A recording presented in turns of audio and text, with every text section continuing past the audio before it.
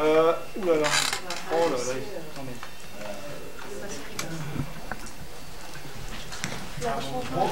Oui. 1, 2, 1, 2.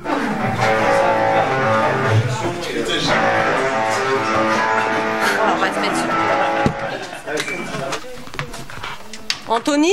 Oui. Les autres, ils ont fait déjà leur check sound ou pas? Oui. Donc, il faut que je le fasse. Excusez-moi, je mets ma petite boisson. Je check le son. 1, 2, je check ma connectique. Ah oui, on check la connectique. Pour vérifier qu'il n'y ait pas de souci. Ça va? Ouais. Super.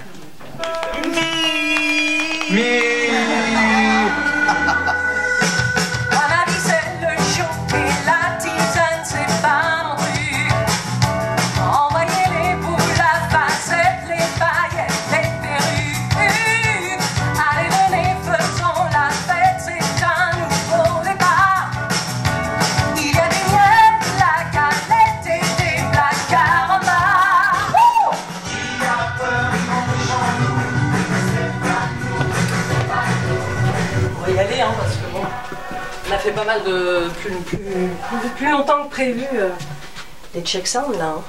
Bonjour Anjaya. Bonjour. Merci de me recevoir dans votre loge. Eh ben, c'est avec grand plaisir. Alors, moi j'ai choisi de vous interviewer vous, déjà Oui. parce que je vous ai trouvé super sur scène. Et Ah ben puis merci. aussi parce que vous jouez Oui. dans une seule et même pièce, 3 rôles. Oui. La mère, la mère grand Oui. et un Kaira. Ouais. Si on commençait par parler de ces 3 personnages. Je suis vraiment contente d'ailleurs de faire ces 3 personnages. Au départ, je pensais quand Léon, la metteur en scène, elle m'a appelée, on a d'abord parlé d'un premier personnage qui était la mère. Ouais. Elle m'a donné des indications au départ, elle pensait à Brie dans la série télévisée.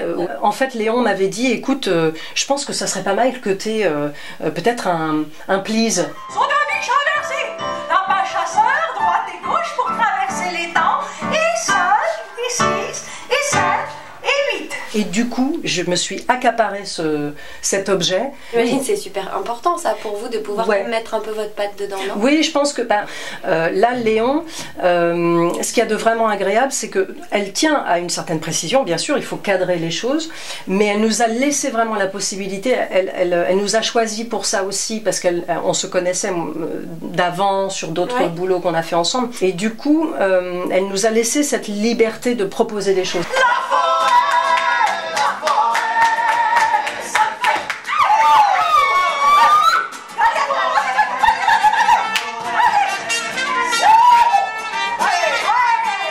Alors, comment on en est venu à la mère grand et puis à un Kaira? Alors, la mère grand, je pense que de toute façon, elle y avait pensé dès le début.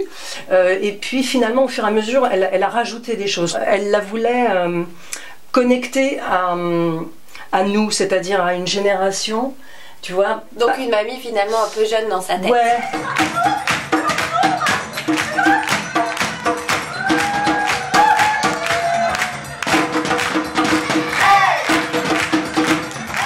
Et alors un Kaira, c'est quoi? Alors le Kaira, c'est vraiment, c'est des personnages qui ont été purement inventés par Pascal Joseph. On ne savait pas trop exactement ce que c'était. C'est des grenouilles qui sont transformées en rats, etc. Donc avec Johan qui fait un autre Kaira, on s'est très vite capté sur ça, dans les mimiques, de changer, transformer tout de suite notre regard, notre visage, notre voix.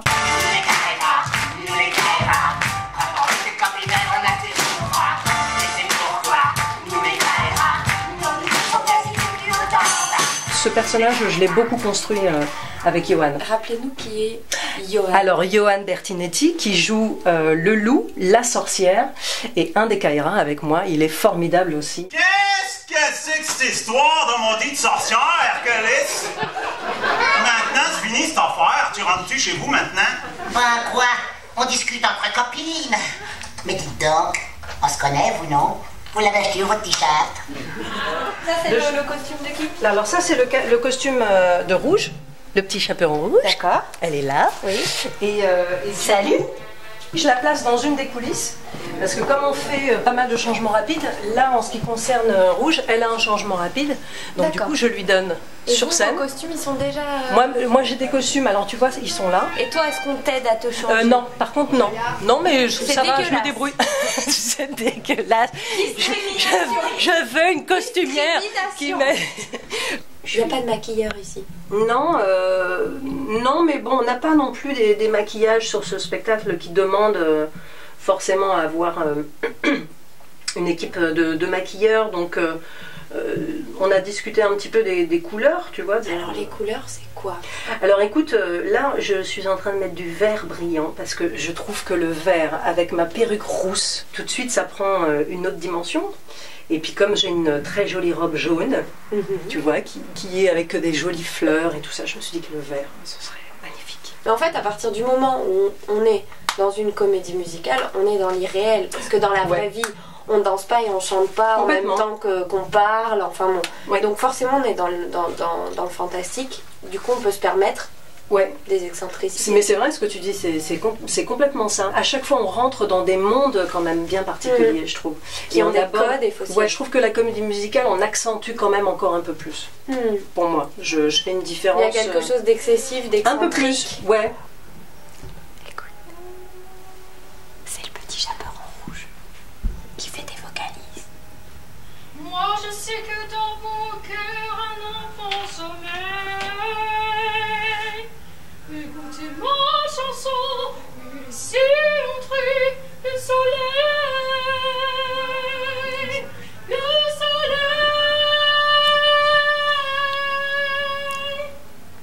Dernier accord maquillage et après, transformation totale.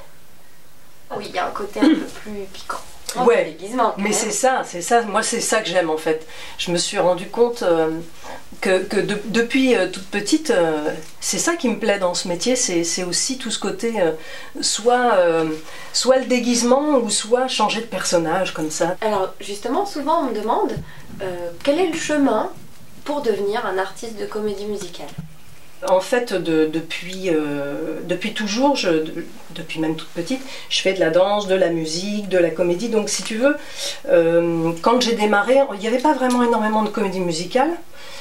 C'est venu au fur et à mesure et finalement je suis allée vers de la comédie musicale parce que je savais chanter, danser, jouer la comédie. Aujourd'hui il y a vraiment la possibilité de toute façon de faire des écoles qui sont très bien, de chant, de théâtre, de danse, enfin voilà, on peut vraiment y aller directement si c'est un choix personnel. Alors quel est pour vous ce qui est le plus impressionnant? La télé, parce que je sais que vous avez fait pas mal de plateaux, la scène, l'enregistrement en studio d'un CD, de voix off.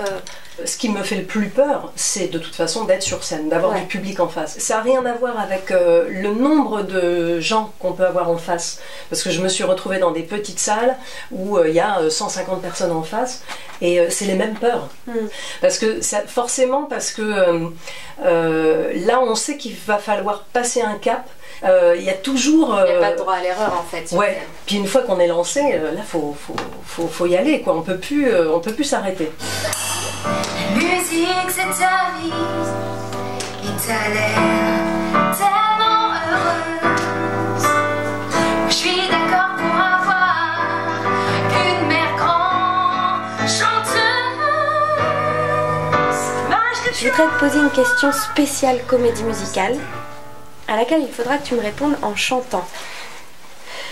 Est-ce que tu penses que tous les comédiens, et en particulier ceux qui font de la comédie musicale, sont de grands enfants? Ouh là là. Oui, ça c'est sûr. Nous sommes des grands enfants, des adultes bébés, des enfants tout charmants. Nous sommes tous des enfants, ça c'est clair et net. Qui a peur du méchant loup? C'est pas nous, c'est pas nous. Qui en sait qui fait fou? Ça c'est nous. Qui a peur du méchant loup? C'est pas nous, c'est pas nous. Qui en sait qui fait fou? Ça c'est nous, oui c'est nous. Bon alors bon, Jaya, ça y est, vous avez mis votre perruque? Ouais, je suis prête, je me Alors, sens prête. ça donne quoi? Eh ben regardez, je suis magnifique. C'est moi.